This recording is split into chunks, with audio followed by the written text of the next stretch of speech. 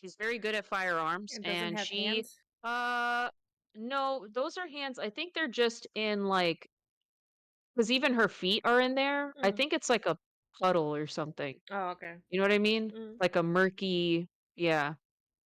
Um, no, she has hands because she's the guitarist for Phase 3, so she needs her hands. Cold Beet Soup is a podcast for casual fans who want to explore lore and fandom rabbit holes in music and gaming. And are sad sometimes. And we're recording. We're live. Woohoo! You could say you're. Welcome to Cold. Oh. Dude, I was like, oh, wait a second. And then I was like, oh, one day we'll get this right. Welcome to Cold Beet Soup. Uh, I'm so sorry. I really thought I was like, today's gonna be different. Like the lies I tell when I go into the office. I'm like, today's Right? gonna be different. No one's Today's gonna gonna piss be a me off good today. day. But today was a good day. Spotify Rap came out. Yeah, that was cool. I'm glad you sent me mine, or you sent me yours, so I could look at mine. a lot of Sorry. a lot of people on Twitter were complaining about how this was just like an AI generated like Spotify Rap like put together to like not like before there was personalized stuff and whatnot, and this year it's just like meh. How is it not How is it not personalized? Isn't it for you? No, but I mean like personalized like they like made like little special touches and stuff. Special touches how? I don't know. I was like, okay. I don't know. I just 10 out of 10 argument. I just wanted to know who my top artists were. So Yeah, I don't remember. It seemed special to me, like because with every little story they played songs that I listened to a yeah. lot. So that felt special to me. I don't Mm-hmm. know. I feel like Twitter uh Mm-hmm. is a place where people go to complain. A lot. A lot. Yeah. Plus they have millions of users. Mm-hmm. Or billions actually. Trillions. I don't know. They have a lot of users. Mm-hmm. How are you supposed There's no way they did not use some sort of assistance or AI or something. Like, how are they supposed to do all of that Right. by themselves? Like, what do you mean? I don't know. That argument seems kind of. I thought it was fine. I like it. There's different color schemes I can for me sharing my Mm-hmm. rap just like before. Um, although I'm a little like I'm iffy on mine only because I'm like I don't remember listening to Justice that much. Like I listened to the album when it came out. Justice, do you know who Justice is? Yeah. They're like okay, They yeah. did the For those DANCE song. do the DANCE Mm-hmm. 1 2 3 4 fight, and they're like for those that don't know, they're an electronic duo from France, and they've been making music since like the 2000s, early 2000s, I want to say mid 2000s. It's been a while, Mm-hmm. and they've stayed relevant, and I like almost all their albums, I want to say. I think I've listened to them all. Um, and this new one, they just had bangers. Like they had Tame Impala, they had Miguel. So I was just like jamming to that. But I was jamming a lot like when it came out. Mm-hmm. But since then, I guess it would get sprinkled in here and there, but I didn't realize. I was like, oh wow, they made my top five. Like I was not expecting that. I think Eminem made my top 5 because every time I have it on shuffle, his music keeps coming up, and I'm like, okay, Yeah. I don't know. Yeah. Same with like Drake, Right. but every time with Drake, I'm like, no. Drake was not in my top five Yeah, this I was. year. That's what I was worried about because last year he was my number one, and I was like, He no. was I think he was in my top 5 last year too. Kanye's always been in my top Yeah, 5. I love Kanye. Always. Yeah, and it's mostly Graduation that I listen to. I think I I can have that. remember. Hold on, let me see. On vinyl? I think. No way. Graduation, the vinyl is hard to find. Yeah, I paid like I think like $80 for it. Holy crap. Yeah. Graduation's really hard to find. Oh, guess I'm robbing you. I'm Yeah, just kidding. I searched for a while and I found it. It was like like $80, but I was like, I have to have it.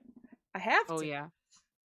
if I ever go back to Paris, there's a huge flea market there, and there's a guy who has a booth, and he had a lot of rap records. Mm. And I bought the Frank Ocean one from him, Ooh. but it wasn't real. It was like a bootleg Frank Ocean one, like a best of. Because I know all of Frank Ocean's albums. I was like, and that's how we started talking. Because I was like, hey man, this is not a Frank Ocean album. I was like, this is. He's like, oh yeah, yeah, no, this is bootleg. Like someone made it, and they took like all of his best songs. And I'm like, well, I gotta buy that. 'Cause Yeah. that's cool. But yeah, if I go back there, I would look for Graduation because that's a good one. I Yes. have My Beautiful Dark Twisted Fantasy, but I don't have Graduation. Yeah, it was when I saw it, I was like, I have to. I can't pass this Yeah. up. Was it online Hmm. or Yeah, I'm on. yeah. Yeah, I was surprised. Because Ghost I think was my number 2, but none of my top 5 songs were theirs. And I was like, but I listen to them all the time. So I imagine I bet next year, I don't know, or maybe it's the fact that I listen to all of their songs and it's hard to differentiate. Cuz I don't know, I was surprised by the 21 Pilot cuz 21 Pilots was my number 1 by far. They were like, "You're in the top 0.5% people," and I was like, "Oh god." Um, but what was I? Where I'm trying to find it so I can look at it again because I was surprised. Oh, let me find it. Yeah, I was surprised at. Oh, Glass Animals. I wasn't surprised because I listened to that new album a lot. Um, but yeah, I was surprised that it was Routines in the Night and Backslide because I feel like I listen to Overcompensate more. I don't know. I don't know how The, Look Dell the was my number one. I was like, oh. yeah, because that was like a short. And Europapa, I saw Yeah. was your number And I 4. just played those. Europapa. I played those a lot, Europapa. in the summertime, like that one like Yeah, month. I guess I played it that right. much. And that's what makes it so weird. I'm like, how did this interesting. And like the A Tear in Space from Glass Animals was my number 4, but I swear like I listened to Wonderful Nothing like several days in a row. Like so that's why I was just curious about that. Not that I'm saying their numbers are wrong. I was just a bit surprised Mm, um by their numbers. I see you had Carol G's number 2 mm. as well. But She came I up listened to quick. her like for a month or so straight. Right, because I remember you told me about Yeah, her. when I told you "Oh, about I'm it, I was listening to listening Carol to it. G." Yeah, Uh, and I was like, "Oh, here's some songs," mm, because yeah. she's great. But yeah, I was not expecting what's BOA? Is that a BTS song? That was your number 2 song was BOA, Wait, let me look at it. your Boa. number 2. BOA. BOA. Oh. Megan the Stallion. Oh, so out of I'm like touch. B O. Well, because I see usually, like, if it's capitalized, it's an acronym, Oh yeah. you know? Or Maybe at it least is, but that's it's how. Boa. You know. Megan the Stallion. Oh, oh. And I like that Not Like Us being number 5 is crazy too, because that Mm. song hasn't been out for that long. Right. I played it so much. You were like Kendrick at the concert, playing it 6 times in a row. Yeah, I'm surprised Kendrick wasn't higher for me, because Yeah, I I've was been surprised listening you to didn't have him because you're like a mega Kendrick fan. I have been listening to GNX, ever since it came out, every I single still day. need to listen to it. I've It's just so good. I've just been like, I pre-ordered the vinyl. of course you did, of course. Yeah. I almost I I wanna pre-order the Mac Miller vinyl for the new one that's coming out, but I wanna Oh, listen to it yeah. first because Yeah. what if I don't like it, you know? But Yeah, then it would suck. because Yeah. I think they said a release date is in January. Oh, snap. Mm. For the vinyl or the album or both? I don't know what the pre-order for the vinyl is, but for the album, like to be on Spotify and stuff. Nice. I'll have to check that out. I need to dig through Mac Miller's stuff more because I listened to like his older stuff. I listen to Macadelic and, uh, I can't Blue remember. Slide Park, I'm assuming. Blue Slide Park, a lot. Mm, I got that on vinyl too. Um, but not so much the newer stuff, it's, like, here and there, but what's funny is when I get, like, a mix mm, and they'll play some of his newer stuff, I'm like, "Oh, I like this." mm. So I think I just have to sit and, like, listen to the albums from start to finish, and now that I have headphones at work, I can do that. Yeah, I'll do Yeah, his that. stuff is good. Mhm. Yeah, he's pretty I talented. think I he's like I think that. he's my favorite artist. Yeah, that's fair. Mm, I mean, he's really talented. mm. It's hard for it depends on my mood. I like the did your Spotify also do, like, a mood throughout the year thing? I think Like, your so. phases? Yeah. Yeah, I was like, "March, you listen to this." But one of mine was, like, mall goth. I was like, "What does that even mean?" I didn't understand any of mine. I was like, okay. Are those words real? Yeah. What is a mall goth? Like, do you go to the shopping mall dressed in all You black? go to Like, Hot what is that? Topic. You just Yeah, I mean, that was me in middle school and high school. I would go to Hot Topic. Um, but yeah, I was like, what is Paul? Like, anyways, so I know I said I'm gonna start, I'm gonna put my slides up. I know I said that, um, oh, I put my slides up before sharing my screen. I should probably do that the other way around. Um, I definitely said that today we were gonna cover the rest of Gorillaz. I don't know why I thought that I could cover like 5 phases in one podcast. 'Cause, I don't know what Delulu stuff I was sipping. I actually, like, went through all the phases, and I think I had, like, almost 60 slides, and I was like, "Oh, yeah, I can run through this in an hour." Like, I finished phase 3, and it's, like, 40 minutes, and I oh. was like, "Hmm, well, I don't think that's gonna work out." It's like, "Oops, oopsie poopsies." So today we're just gonna cover phases 3 and phases 4, and then next week I'll cover phases 5, 6, and 7. Um, phase 4 is not too crazy. Phase 5 is not too crazy. Phase 6, I need to go back. Um, I'm not familiar with that album, so I need to just run through it one more time to double check. Phase 7, they definitely, like, got into the backstory more, um, but I am pretty familiar with it now, so I don't think I'll have issues running through it. I really had a challenge this time around, as you recall yesterday when we were messaging on Discord and I Mm. sent you the headbang, emote because, this is disclaimer for this presentation, and, like, if you're a new Gorillaz fan or even like existing Gorillaz fan, I understand your pain now because they Gorillaz are really bad at keeping a consistent story. Really bad. So I'm going to try my best to um you know, I tried my best to curate all the information I had. And if it comes to a portion of the story where it's kind of contested information, I will point that out. Um, the ending of phase 3 is hot ass mess, but we're gonna get through it together. And I tried to consolidate it the best that I could. There just for your reference, Vicky, there Mm. are 3 endings. 2 of them got scrapped, and 1, was, like, now the canon ending that they developed when Phase 4 came out. So that's how messy it is. Oh.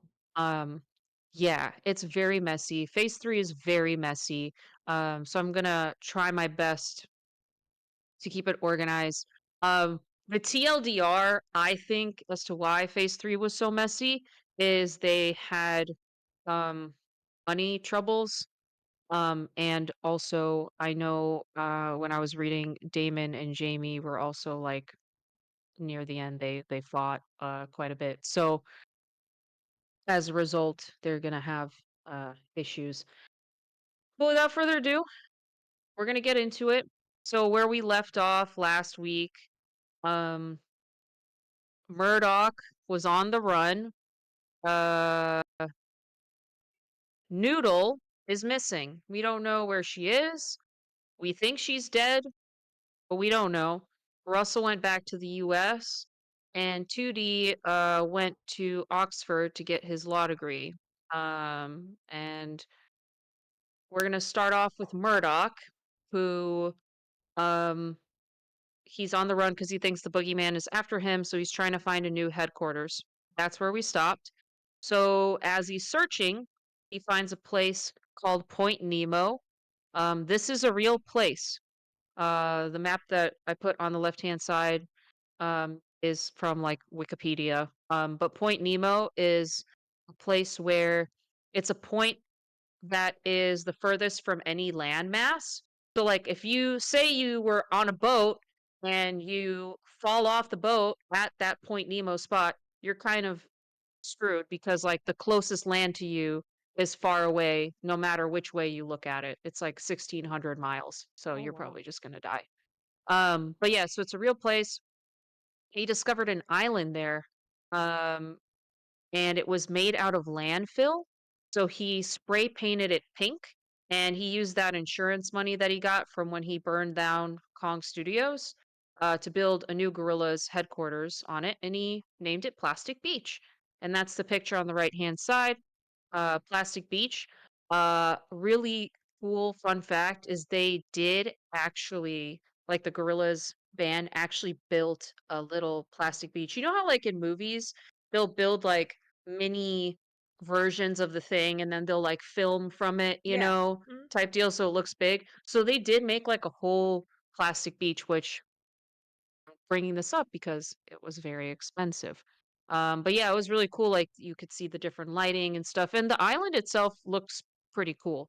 Um, Phase three is called Escape to Plastic Beach, which makes sense because this is what we're talking about. It's from 2008 until 2013. And while Murdoch is on this island, he starts writing and putting together the concepts for the third Gorilla album, which is named Plastic Beach. So phase three is all about Plastic Beach, but he doesn't have the rest of his bandmates. So that's his next step. For Noodle, he goes back to the wreckage of that windmill island that crashed where she was last seen just to find some clues. Unfortunately, can't find anything, but he does get a DNA sample. So he uses this DNA sample to create a cyborg version of Noodle, which is the picture on the left-hand side.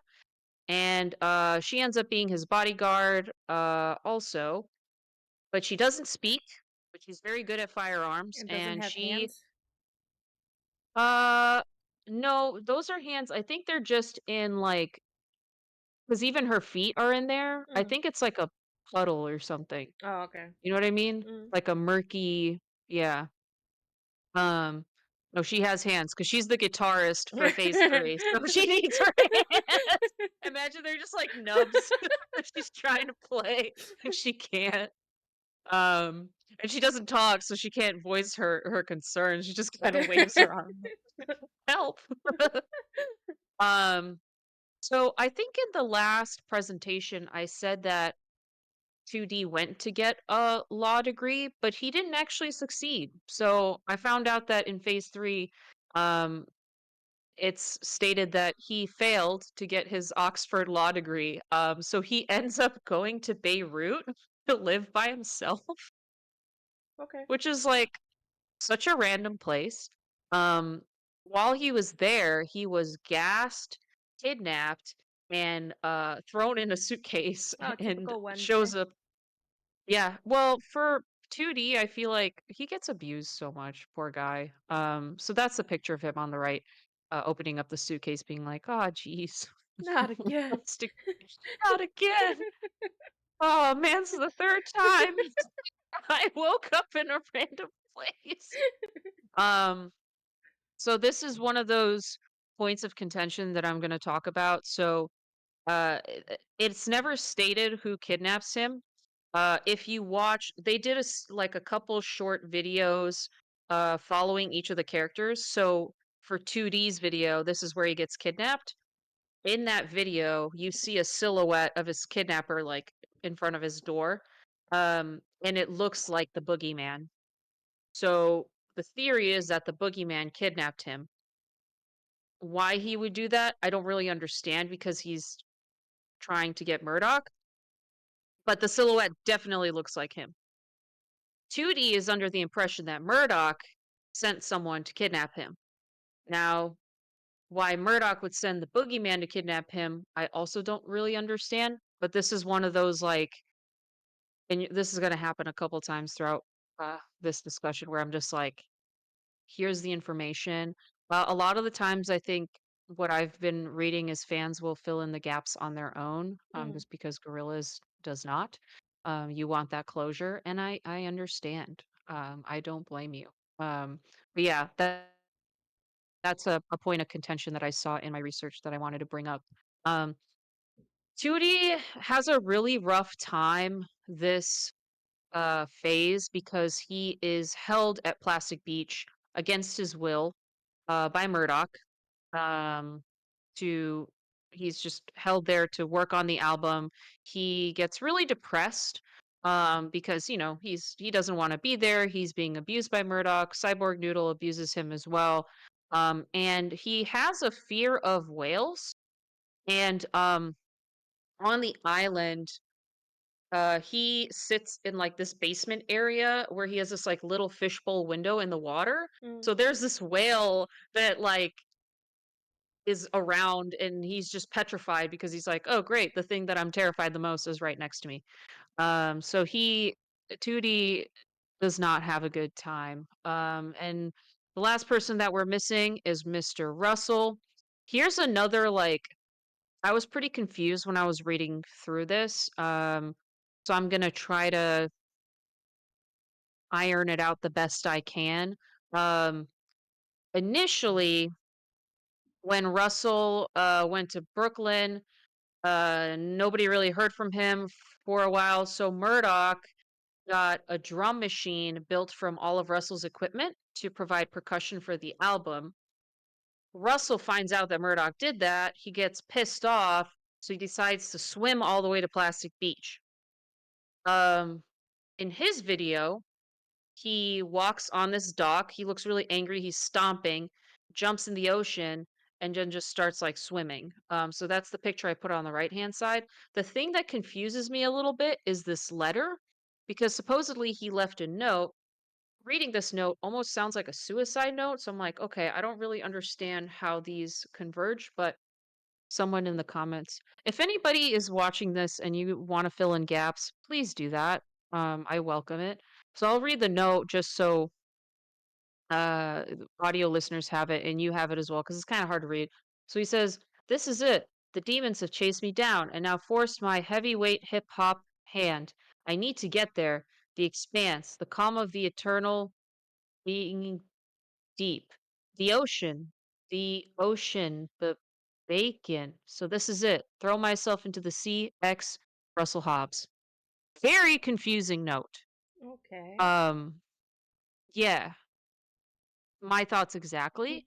I still wanted to bring it up because it's part of the story. Um, but I do recall that some fans, I don't remember. So you know what might help? I can't remember if the note came first or the short came first. Because if the note came first, people can think, "Oh my God, Russell's gonna throw himself in the water and commit suicide." But then if you watch the short, he looks angry. He doesn't look sad. And I think it for me it makes more sense with him being upset that he was replaced by a machine. And Russell, as he's swimming through the ocean, he ingests like pollution and trash and toxic waste, so he gets transformed into a giant, like as tall as the Plastic Beach Island itself. That's how big he is. Um, I thought that was interesting. I think the concept of Plastic Beach is interesting because, like, Russell being really big, but also this island that's like made out of trash.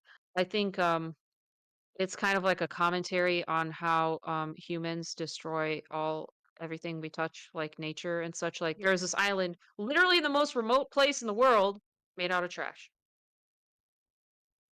Just landfill. And who else would have made it? Us. And then Russell eating a bunch of trash and waste and getting really big.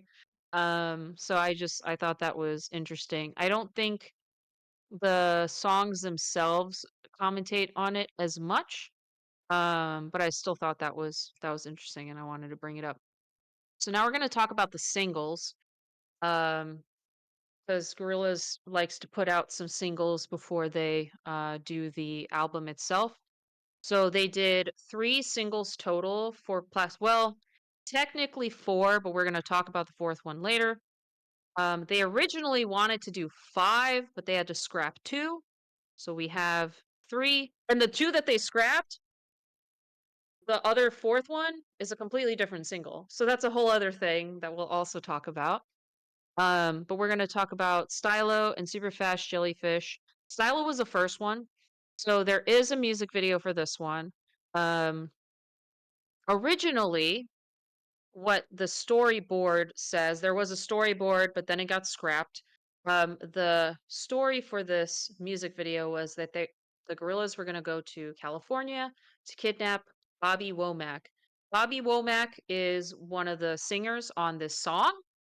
I don't know his other like backstory, but he's just like a vocalist on the track, so I guess it makes sense that they would go to kidnap him so he can perform with them and come back to Plastic Beach. That whole beginning got scrapped, so the music video just starts with them trying to get back to Plastic Beach in a car, and it turns into like a whole car chase. So they're in this car, it's Murdoch driving, 2D in the front seat, Cyborg Noodle in the back. The car that they're driving is a 1969 Camaro SS, which you can see on the album cover or the single cover on the left. They get attacked by Bruce Willis in a 1968 Chevy El Camino, and it's like a gunfight. It's like he starts shooting at them. He shoots at them, shoots Cyborg Noodle in the head, so she's like, you know, she can't do anything anymore. And Murdoch is trying to like, drive and drives them off a cliff into the ocean. They fall into the ocean, and you see the car get transformed into a shark-shaped submarine, and they swim away. Um, I'm mentioning this music video because it seemed very expensive. You have two classic cars, you have Bruce Willis, and then the art style that they used was different than before. So, you know how before they had kind of like a cartoony style? Hmm.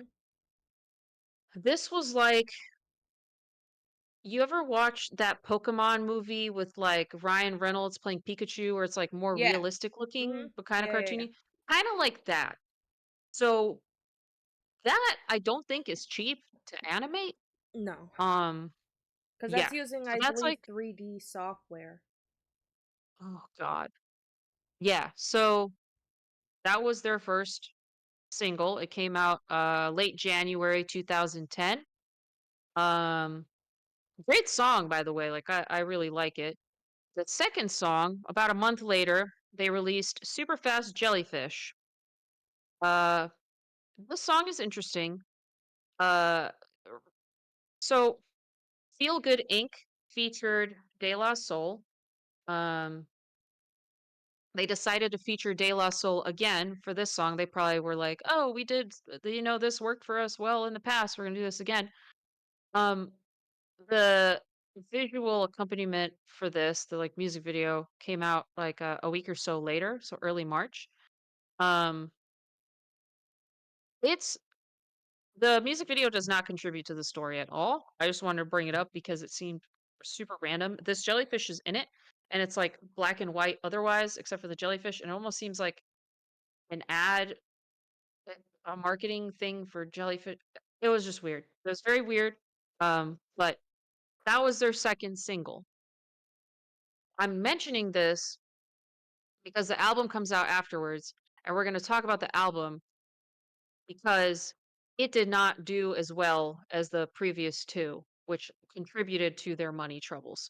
So Plastic Beach came out March 3rd. Okay, so this single actually came out a little bit after the album came out, which is also a choice. Um, the album critics in general spoke fairly highly of the album. I Similar to Demon Days, I listened to this from start to finish. I know a couple of the songs on there already. Um, this album did not hit my ear like Demon Days did. Before you guys rake me over the coals, I think it's one of those albums that for me, sometimes it takes several listens for me to like really get into it. Um, but so for me, it just didn't hit like Demon Days did right away. Um, I will also say when this album came out, fans criticized it a lot. If you go, I was on the I was on Reddit threads, all sorts of threads, and people were throwing shade on this album. It's liked now, but when it first came out, the But fans were why were like, they "Nah." throwing shade when it first came They out? were throwing shade because it definitely is a bit more like electronic, kind of pop-ish.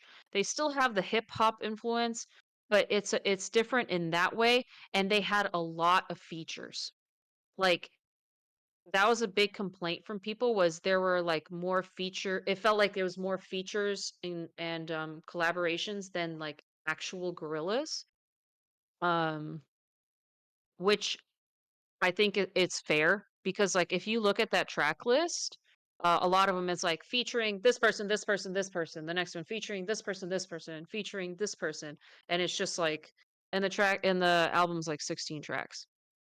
So, again, I'm not throwing shade. I'm just like for me the album didn't hit like Demon Days did, but I think it would grow on me. Um but there was a song on there that I really like and I'm going to talk about it. But so when it came out, for context, the Gorillaz first album and Demon Days, their second album, both sold around like 7 to 8 million each.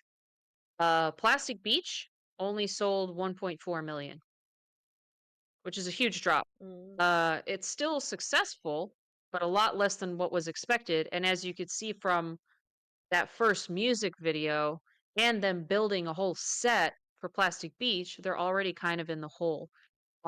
So one thing that they did was they made this fan club called the Subdivision.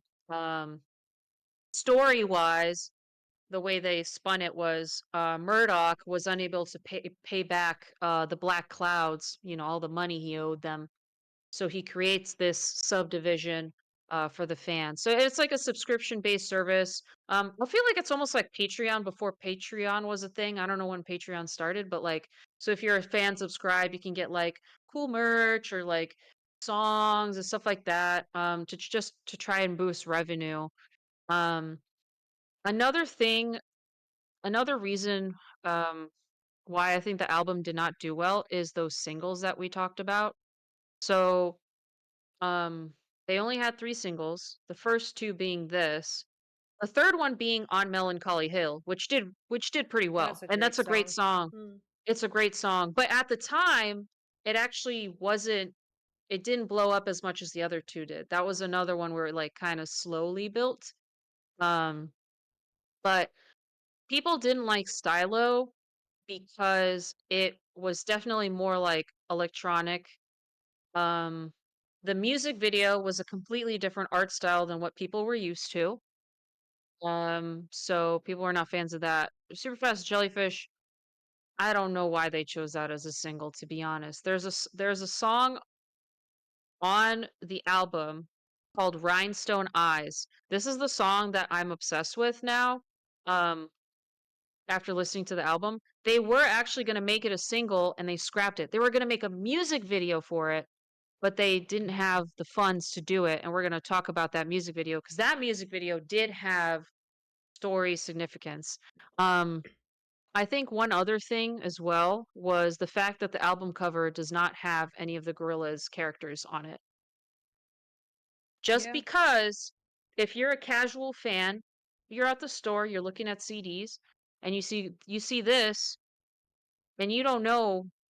You're like, "Who's girl?" Okay, whatever.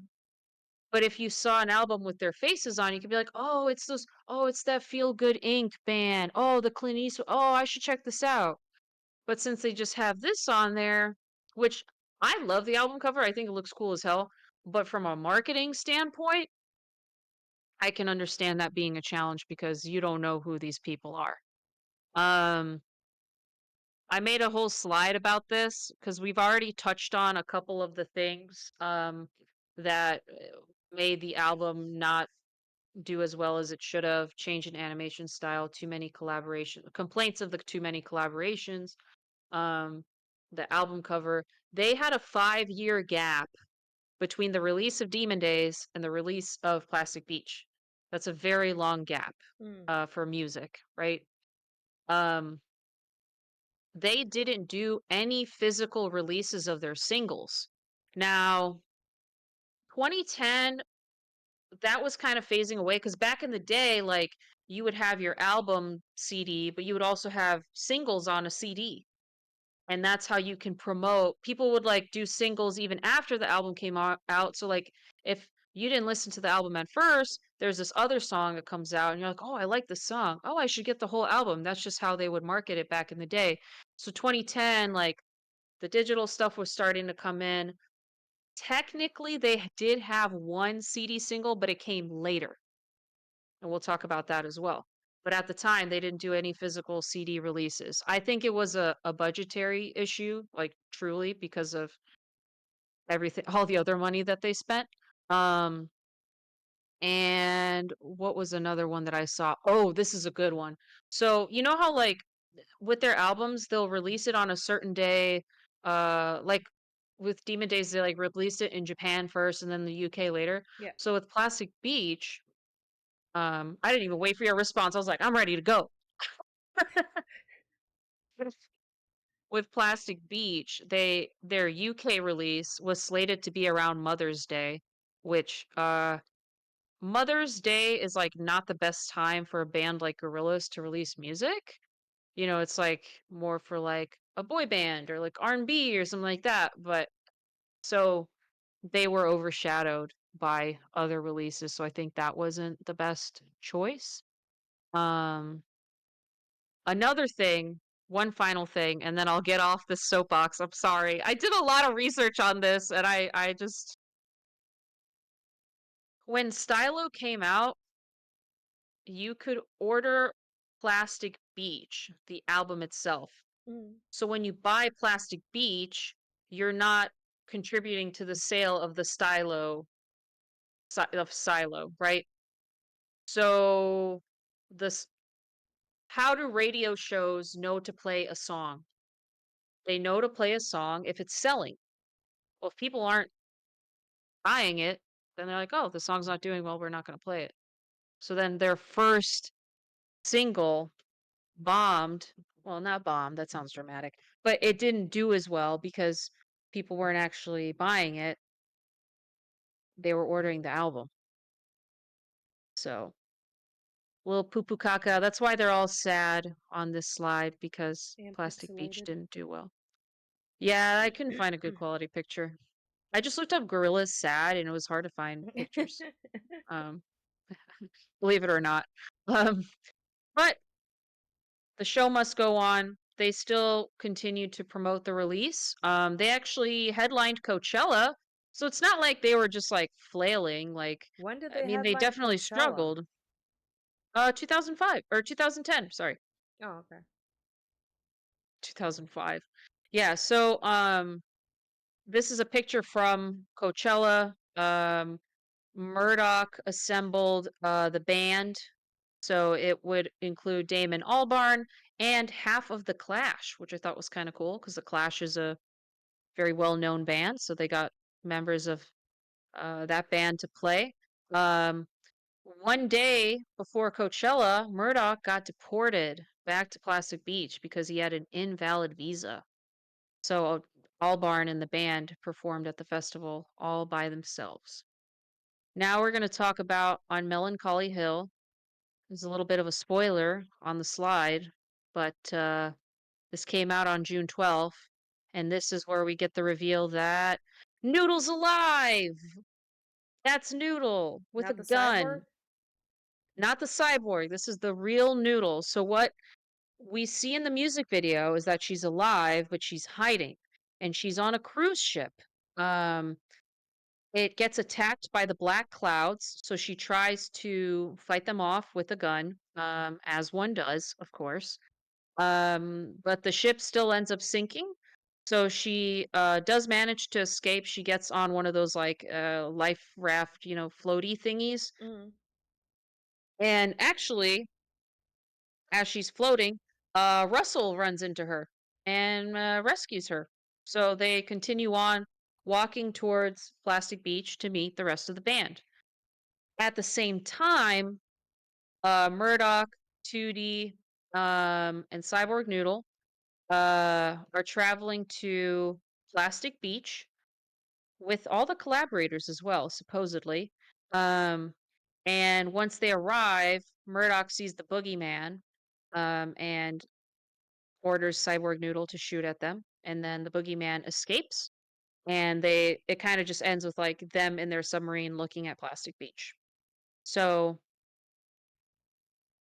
I'm trying to remember if there's something else that happens in the music video. Because I watched the part of my research is watching all the music videos to make sure I remember the story, but I think that's how that one ends. So it's kind of implied that soon the whole band will reunite.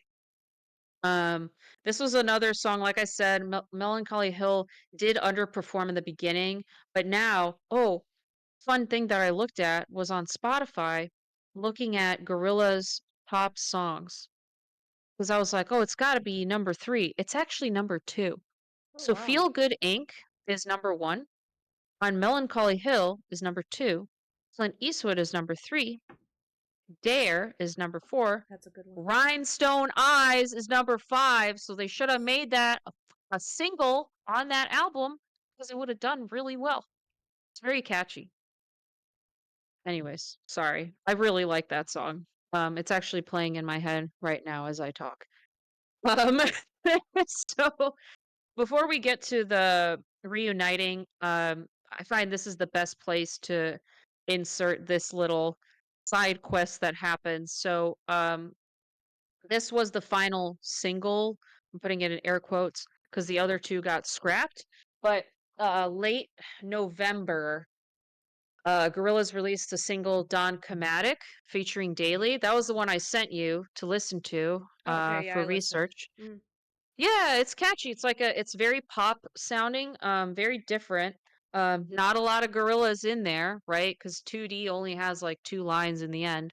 But I think the reason why they did this was the album wasn't doing well, and they thought, hey, let's sell like a pop record, something to like boost the sales. But Don Chromatic is not actually on the album either. So they did do a CD release for this single, and they did try to promote this alongside Plastic Beach to just boost the sales. But on the album itself, Doncamatic is not a track. Just how did they explain this song not being on the album? Well, that's a great question, Vicky. Thank you so much for No asking. problem. I have good questions all the time lined up. Thank you. In the music video, Daly gets lost at sea. He's in a Wait, I have one-man a question. submarine. Hmm. So why isn't this song on the album? Because they released it much later. The Oh, okay. album came out in March. Mm. The single But came out in November. but didn't they record them all at the same time, like the other ones? The five Yes, singles? but not this one. This one came out later. Oh, okay. Okay.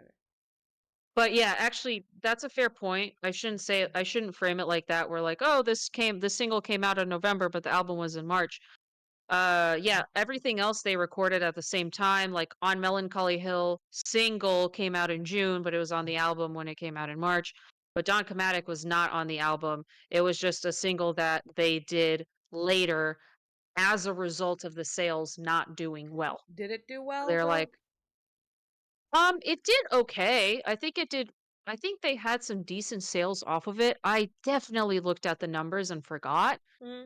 Um, it wasn't enough to boost it to what they needed.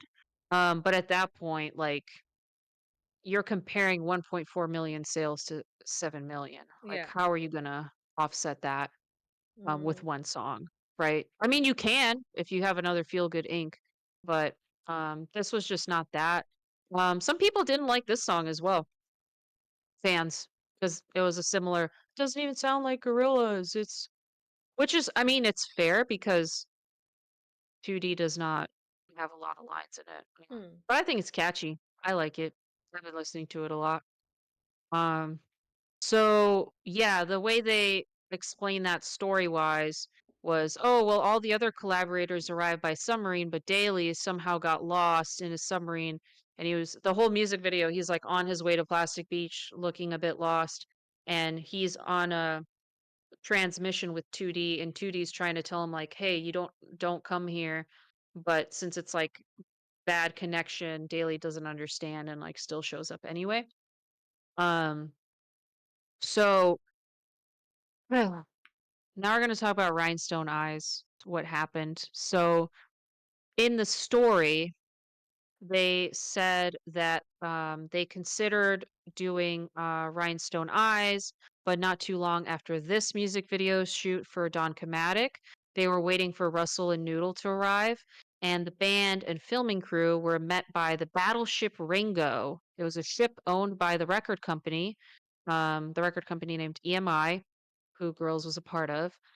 They confiscated their filming equipment because Murdoch violated their contract and he went over budget on the music videos for Stylo and on Melancholy Hill, which not a bad story. I mean, they're not too far off. Stylo definitely seemed very expensive. Melancholy Hill, as you saw, like they did the animated stuff again, so that Mm.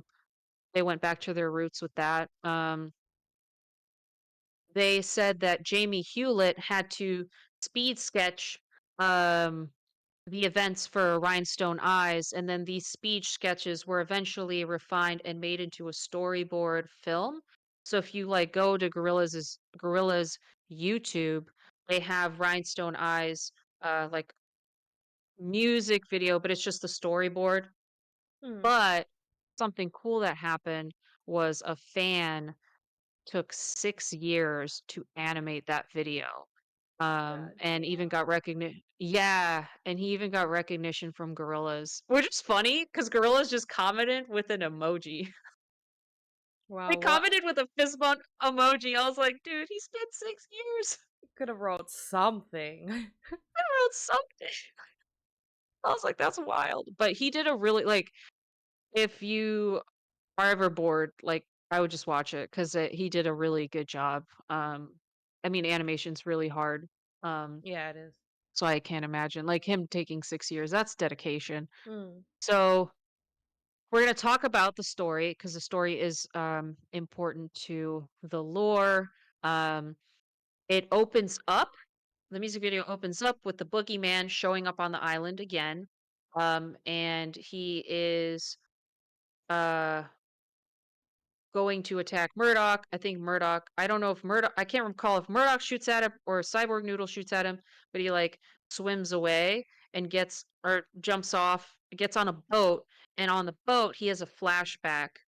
And his flashback is with the four horsemen of the apocalypse all on their horses, and he's also on a horse.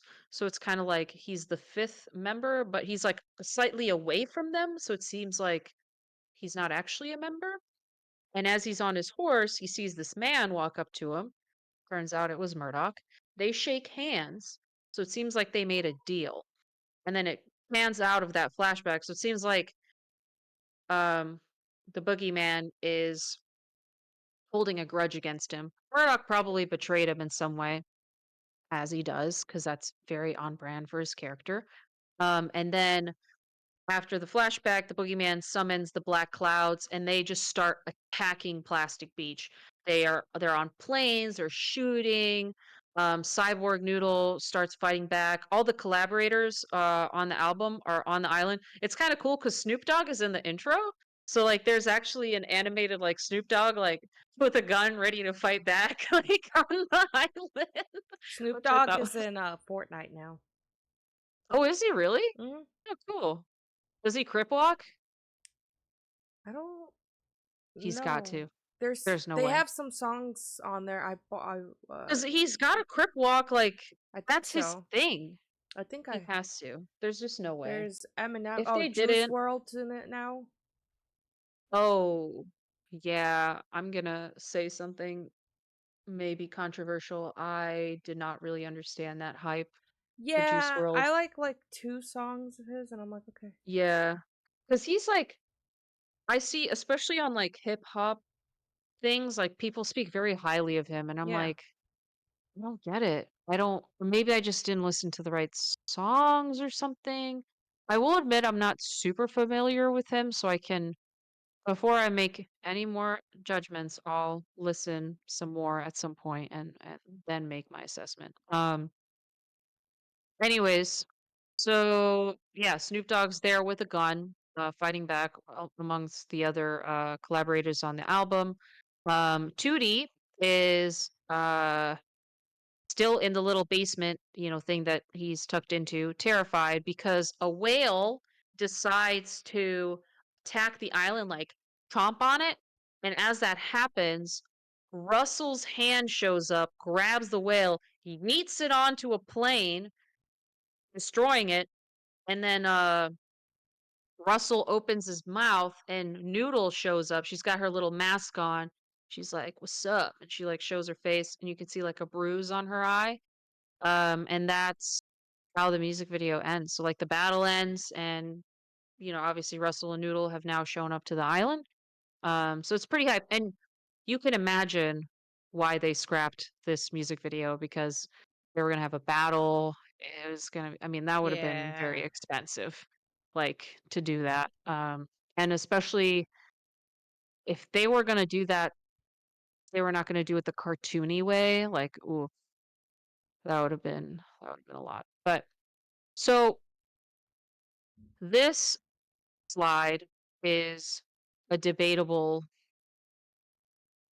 thing because supposedly Murdoch recounts what happened, and he might have been drunk, so it could have not been accurate. The wiki, the Gorillaz wiki, states these events, but take it with a grain of salt. But basically, what happens is Noodle explains what happened to her after the incident of that El Mañana music video where the Windmill Island crashes. I've noticed that these details are like pretty vague in general for looking at all the like little lore tidbits. So this is like filling in from Murdoch filling in the gaps, but I think they purposely left it kind of vague. Um, so this recollection said that she was able to parachute off the island, landed on the cliffside, and she was making her way back to Kong Studios when she was met with the boogeyman who dragged her to hell as insurance because Murdoch did not give him he didn't give his soul away. And then she was forced to play guitar for all eternity in a band called Noodle and Chains. And back when Murdoch went to search for her, he unintentionally helped trick her captors because the captors realized, oh, Murdoch's he's here, like he's alive. Oh, we could just get his soul back. Why do we keep her around? And she somehow escapes. But then she goes into hiding because the black clouds are after her. And she used her earnings from the Demon Days album sales to purchase that cruise ship that she was on. And she was circling around to stay hidden until the black clouds found her. So, kind of a wild story. And that's why some people are like, we're not sure that's really how it went down. Like, did Noodle actually go to hell? Um, we're unsure. So that's why I put the picture of her with the bruise on her eye and then a picture of the boogeyman on there just to provide context. But take that with a grain of salt. Then they go on tour. It's a world tour. The Escape to Plastic Beach World Tour. I talked about the Stylo music video. mm, This is the same animation that I'm talking about. yeah. The like realistic one.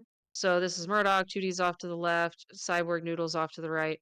Um, the reason why I put this picture on there is unfortunately, throughout the entire tour, they were locked in the dressing room. So the Gorillaz live band with Albarn and all the others got to take the stage. Um, Russell and the real Noodle were back on Plastic Beach because they didn't really have anything to do with the album. Um, Murdoch had a suspicion that when he refused to give his soul to Satan, he was being kept, like, Satan was punishing him by keeping him out of the shows. And this was a screenshot from they did like a bunch of little videos on YouTube of them being locked in the dressing rooms, Mhm. which also money like to animate Mhm. this stuff, but they still did it. And as they're touring, they hit the United States, and Tootie actually starts working on a new collection of Gorillaz music on his iPad. So he was experimenting with new sounds, new apps, and this eventually turned into their fourth album called The Fall. Came out on Christmas Day in 2010. It's streamed for free on their website, but you could download it if you're a member of that subdivision fan club. And then it got an official commercial release later April the following year. But the only single on the album was it was a double-sided feature with two songs. And Damon Albarn did actually record this album on his iPad on over the span of 32 days. I still need to listen to this album. Um, of all the Gorillaz albums, I realized as I was researching, I actually only didn't know two of them. This one and Song Machine, which is going to be Phase 6. So I was surprised at how many I knew. But this one I had never even heard of. I was like, oh. So now we're going to get into the end of Phase 3. And I just want to warn you that it is very confusing. I'm going to go over the two scrapped endings first, and then the canon ending leading into Phase 4. Um, Here we go. I lost my sanity for this, so you're welcome. So, uh, actually, this book was in the whole phase. Like, it's not just part of the ending, but I'm bringing it up now because this is the best time to bring it up. So this book that you see on the slide was on Plastic Beach when Murdoch arrived. It's called The Book of Man. It was divided into 13 chapters, and apparently it narrated the history of humanity. Chapter 12 supposedly was titled Plastic Beach, and one of the sections of the book talked about an ancient oceanic entity known as the Evangelist. This entity was the embodiment of everything great in life. Basically the opposite of the boogeyman. Like if the evangelist was the yin, the boogeyman would be the yang. And in an attempt to identify who this evangelist is, Murdoch hosted an online competition where fans could send sketches of what the evangelist looked like. The 12 entries were sent to Jamie Hewlett, and then he determined who the real one would be. And uh, the evangelist was going to be used for one of these endings. Um, the final chapter of this book was titled The End of Days, but it was missing all the pages. Now, the way they were going to end the phase with all this stuff, apparently in the book, Murdoch was present the whole time, somehow immortal, like you'd see him in different world events. And the way this phase was going to end, can't believe I'm saying this. Um, Plastic Beach, is just an island. There's going to be a giant hand that comes up, grabs it, drags it under. Supposedly, when it drags it under, Plastic Beach is like connected to this big drain in the ocean floor, and when it gets dragged under, causes it to open, and it drags the entire universe with it, and the world ends. And that's how Phase 3 could have ended. Okay. That's ending number 1. Now we have ending number 2. That's probably the weirder one, I think. Number 2 is not as weird. Um, well, not as weird for gorillas. So, ending number 2, they finish their tour, they come back to Plastic Beach, and the evangelist shows up at their doorstep and delivers a bunch of equipment to Murdoch so he can broadcast. he was trying to do this like radio series to get the boogeyman and Black Cloud's attention. He was actually trying to attract them to the evangelist so the evangelist could fight the boogeyman. This broadcast worked. It alerted the Black Clouds and the boogeyman. So they show up. They attack the island a second time, but to a much larger scale. And when this happens, uh, boogeyman shows up on the island, and Murdoch's like there. And that's when he takes Murdoch's soul for payment. And he's like, hell yeah. And then the evangelist shows up, beats up the boogeyman, and supposedly takes the Book of Man as he leaves. Now, what happens was this Murdoch was not a real Murdoch, but an imposter Murdoch hired to trick the boogeyman to take that Murdoch's soul so he'd be in the clear. So as he's uh, trying to get away, Cyborg Noodle suddenly goes haywire on her programming, starts attacking Murdoch. The real Noodle saves him. Russell saves 2D from a whale trying to eat him, and they all make their way back to London. Murdoch starts recording a radio show to celebrate the Gorillaz' 10-year anniversary. It was called the We Are 10 radio show. But he claims that he ended up in Hawaii after being caught up in a typhoon while escaping Plastic Beach. But it was found out that he was not actually there, but in a studio in London with the other three members. In this studio, somehow, so they film a music video for this. It's called "Do Ya Thing." It's featuring Andre 3000 and a guy named James Murphy, who I don't know who he is, but he's a singer. Um, so in this music video, they're all like chilling in this London house. Somehow they're cool with the boogeyman. This is a screenshot from the music video. He's just reading a newspaper in their house, hanging out, not trying to kill Murdoch, take his soul. Um, when 2D goes to get the mail, he sees an eviction notice and he decides, cool, I can leave. And he just walks out. And as he's walking out, it pans over like to the top of the house where you see a big Russell just like lying on the roof. And somehow the windmill island, like the whatever is left of it, is like tied to the roof. And that's, oh, and Noodle is like asleep in the house. So they're all reunited, but that's how that ends. So that's ending number 2. And then they retconned it. So now we're going to talk about the canon ending. So before phase 4 starts, they release like these little books for each one of the characters. So we're going to talk about what happens in these books. So the canon ending picks up where Rhinestone Eyes left off. So after that first battle, um, doesn't really talk about the evangelist, the boogeyman, anything like that. We just kind of skip all that shit. Whatever. I'm going to talk about Noodle first. Well, Noodle and Russell were supposedly at sea together, but they got separated. So Russell's still really big. He gets mistaken for a whale, so he gets harpooned, but he does escape, but he's injured. Let's actually talk about Russell first because I already brought him up. So when he escapes, he washes up on the shore of North Korea,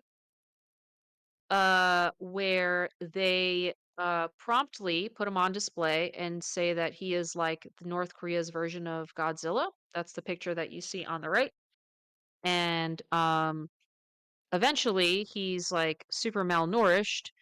So he gets smaller and smaller, and they're like, oh, yeah, we don't, I mean, you're not as exciting anymore. I think the leader of North Korea also was like, I conquered you. Okay, bye. Like, we don't need you anymore. So Russell goes back to London and crashes on the futon of one of the Gorillaz live band members. His name was James something. I can't remember what his name is. But he just was kind of hanging out there until he was getting small enough to be normal. Um, Noodle, because they get separated, Noodle washes up on the shore of Japan. She wakes up in a small village and she starts working as a pearl diver under the apprenticeship of a woman named Chiyoko, because Chiyoko saved her life, so she feels like she owes Chiyoko a debt. Um, Eventually, she finds out about Murdoch and leaves. We're going to talk about Murdoch last because he's the one, of course, with his shenanigans that brings them all to the band. 2D. 2D gets eaten by a whale. He gets swallowed by a whale. The whale's name is Massive Dick. Massive Dick eventually dies because he consumed too much garbage and washes up on the shore where 2D comes out and survives off of the whale's carcass for months until one day he sees a plane flying overhead and he's like, huh, let me follow this plane. And he follows the plane and he discovers that he was actually not that far from like a beach rave off the coast of Mexico.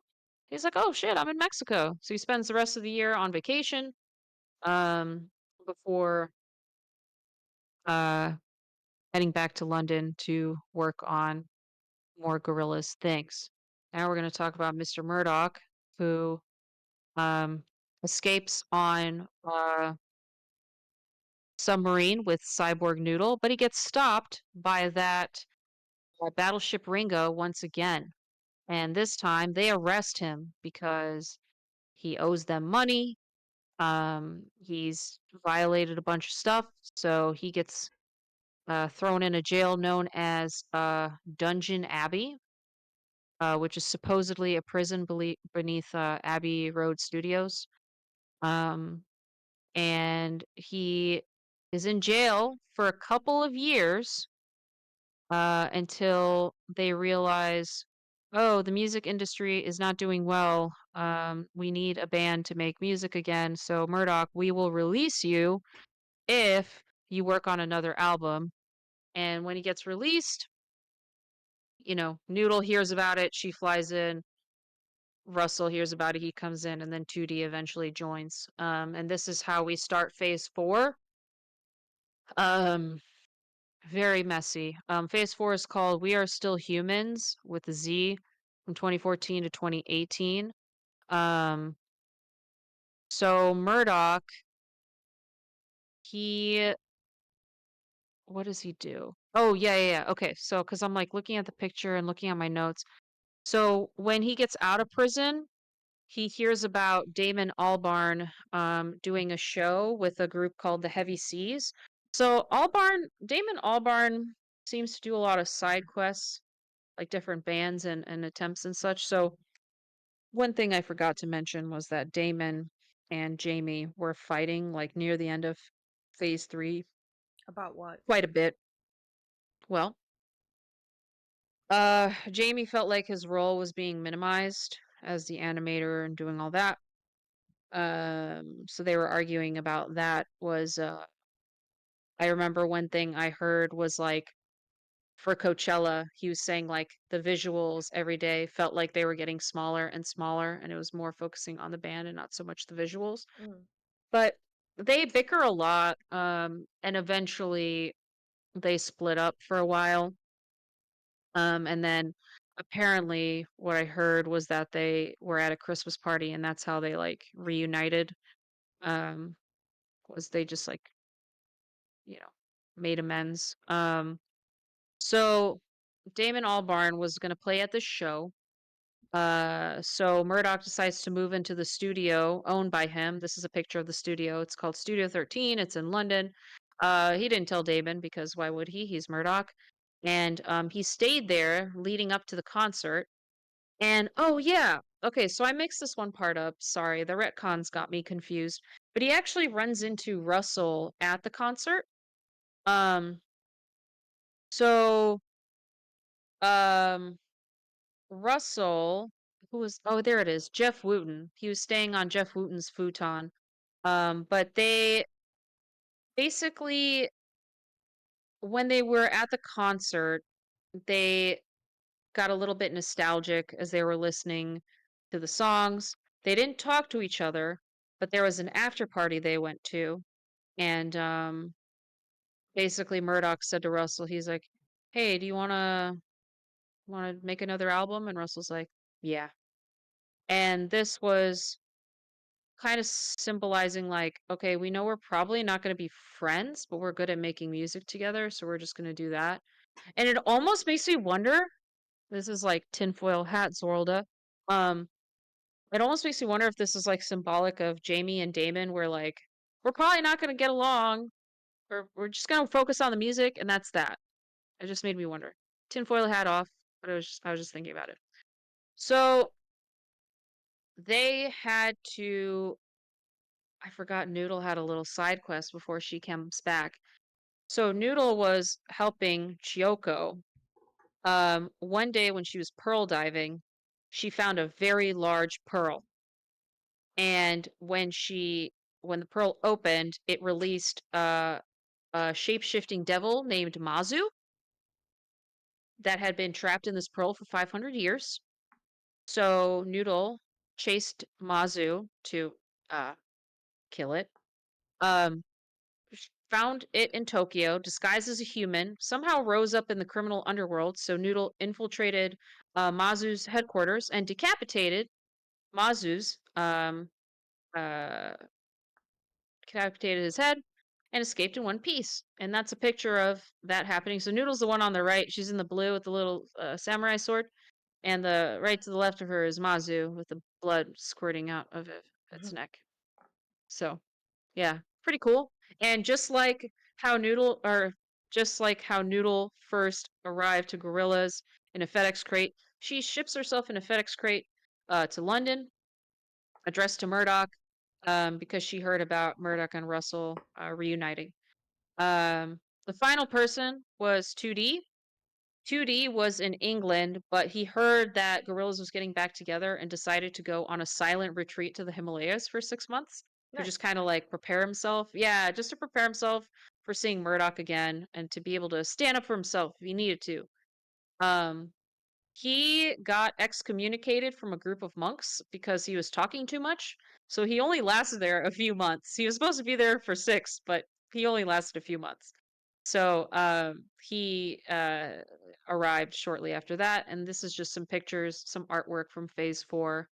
Um, and one thing that the band members commented on that it seemed like Murdoch was a little bit different. He seemed like after prison this time, he was starting to show some regret for his actions. So he would still tease them, but it seemed like he had turned a new leaf. So now we're going to talk about the album itself. It's called Humans with a Z. So remember, Plastic Beach came out in 2010. Humans came out in 2017. God damn. So another big gap. I mean, because the fall came out in Christmas 2010. Like, if you want to go off the commercial release, it's 2011, so technically 6 years, but still, that's a long time. They released a song called Hallelujah Money on January 19th, 2017, along with the music video. Music video didn't have any story components. Um, but Murdoch was going to release the album at a house party at a haunted house in Detroit known as the Spirit House, and that's a picture of it on the right-hand side. And they actually filmed the Saturn's Barns music video in this house, which I thought was kind of cool. They get haunted by three demons. A giant one-eyed blue worm haunts Noodle. A gray multi-limbed monster haunts Russell, and a pizza slice with a face haunts 2D. Murdoch doesn't get haunted for whatever reason. Um, I thought that was interesting. Saturn's Barns is a great song. And they released three other singles: Ascension, Andromeda, and We Got the Power. And then two more after that. So they released quite a few singles. The lineup for this, I like this album. Well, I will say I like certain tracks on the album a lot. So they have like their features are like Pop Can, Dram, Vince Staples.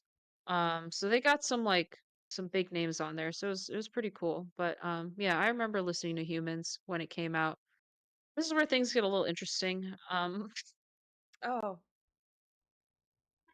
So I'm not gonna talk about this right away, just so you can think about it for a little while.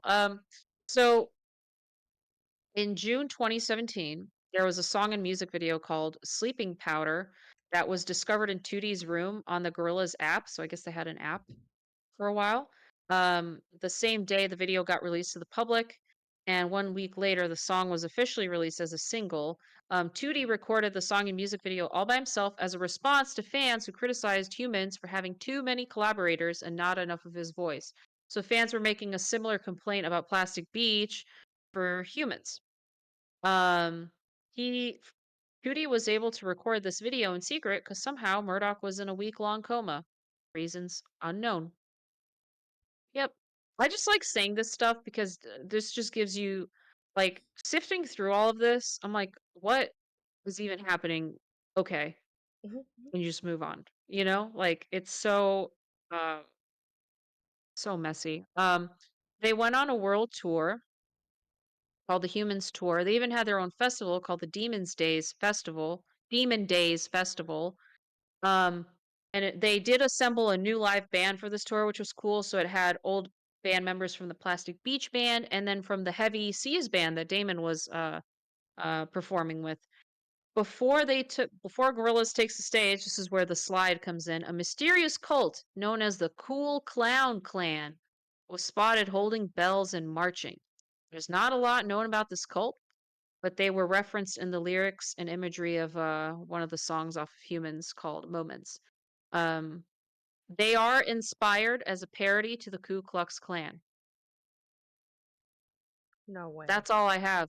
I would have Literally, the never wiki has guessed. like, yeah, the wiki has like this much information on it. They're like mysterious, and I was like, what was your thought process with all of this? Like, what? Shock Okay, value? I don't know. I guess it could be.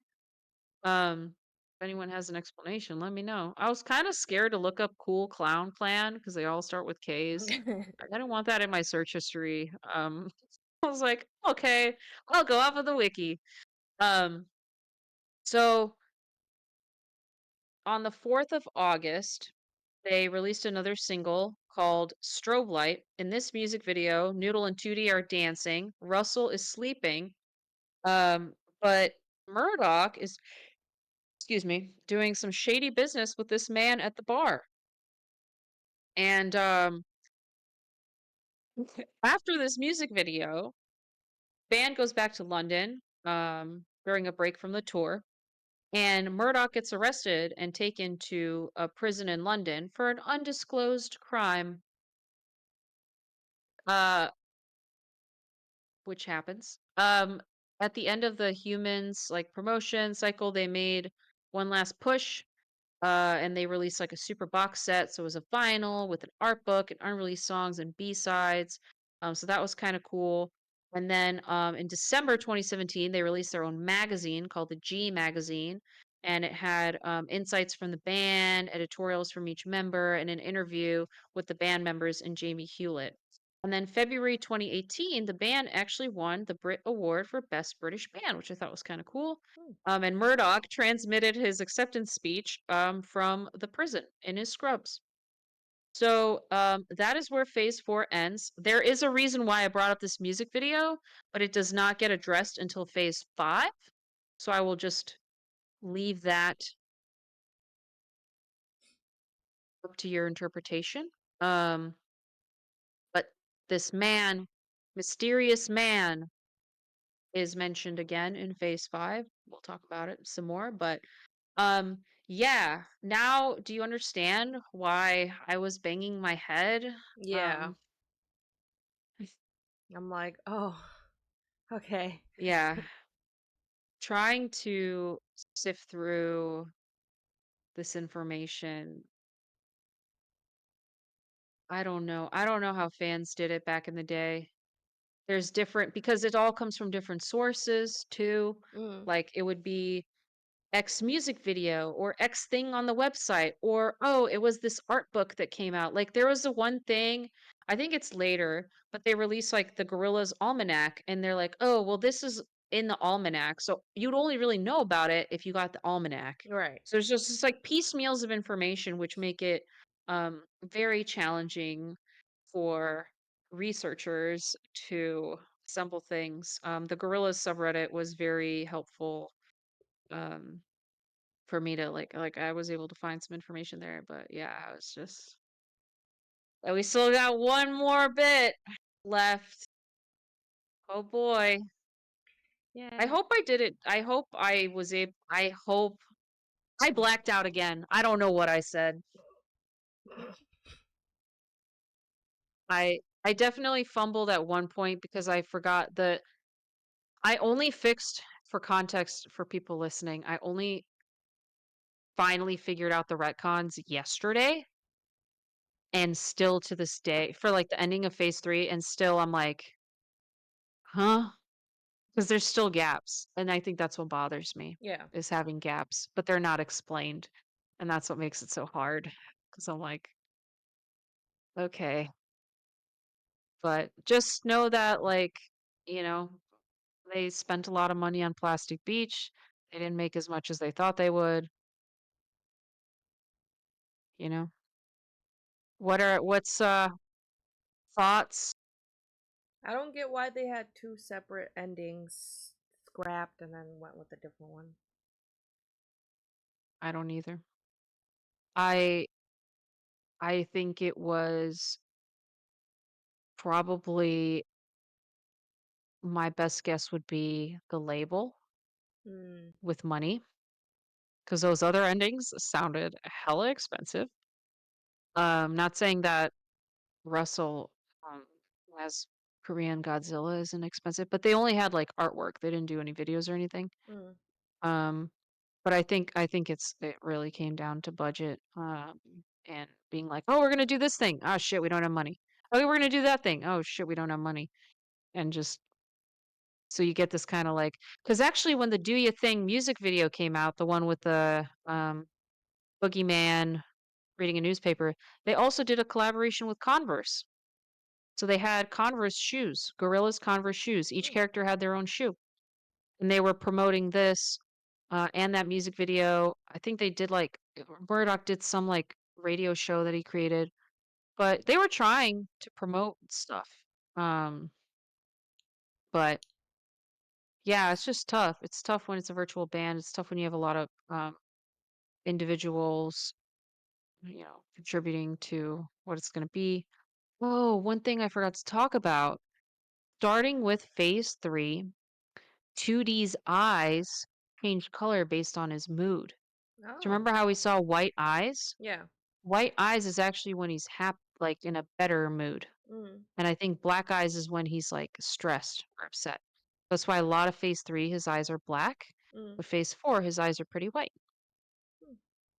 And it's demonstrated in a music video. Crap, I can't remember which music. Maybe it's later on. There's a music video where Jack Black shows up. Oh, it might be phase 5 or 6. But Russell trips Tootie Hmm. and Tootie falls and he like hits himself because that can also trigger his eyes. And like as soon as he gets up, his eyes change from white to black Hmm. because he was damaged. So I thought but that was like a thing that Jamie implemented starting phase 3, eyes changing by the mood, and you can see it. Hmm. So I thought that was kind of cool. Yeah, that's cool. Because remember how like the first one, I was like, I don't know why his eyes are white. Yeah. Like they're just white. So now I have an explanation for that. Yeah. Definitely listen to Rhinestone Eyes. Watch that music video. It's really cool. Or the one that the guy animated is really cool. You should post the link He's in the catchy. description. Yeah, I can. He's got so many views, but maybe we can push a couple more. Imagine someone writes a comment, I came here because of cold beet soup. I'll be like, ah, shucks. He responds with a fist bump. That would be sick. Um, but yeah, I mean, I hope I didn't lose you with it was a lot. And that's just 2 phases. Yeah, if you would have done all seven or up to seven today, I would have been gone. I would have been like, I would have been gone. I'm tired after these 2. mm, Like phase 5 isn't too bad. Phase 6, again, I gotta double check. Phase 7 is also not that bad. I'm gonna have to explain stuff, so it'll Yeah. take a little bit. But yeah, I think I can cover those 3 pretty easily. Um, don't let me jinx it. Right? Like Did last that time. the last time. Yeah. Well, also, like, I think I was very 5 phases is a lot, just numbers alone. But anyways, I hope you guys enjoyed this episode, and are enjoying the Gorillaz backstory, convoluted as it may be. If there is any aspect of the story that I did not cover, because there are some like side characters here and there, um, ones that like I didn't see mentioned too much of the main story. But if there's like, if you want a side characters episode, let me know. I'll do it. I find Gorillas to be very interesting. I've definitely been listening to them a lot more as a result of this podcast. Um, I realize I like a lot of their songs more than I more than I knew. So yeah, thank you guys. Make sure you like, comment, subscribe, tell your friends, tell your mom. Be like, hey mom, want to hear about gorillas? Tell your cats. Tell your cats. Hey cat, put headphones on your cat. Make them listen. Just kidding. Anyways, I Wait, hope you let me guys see if enjoy I the can. rest. Oh yeah, Rocky Look at how can. he's he's just like Oh, that's me. That's like me after work. I'm like, he's like, yeah. It's been a long day. he's tired. It is a long day. I Mm. get it, man. It's like that sometimes. Well, I hope you guys enjoy the rest of your week. Thank you for tuning in, and we'll see you next time. Bye. Bye bye.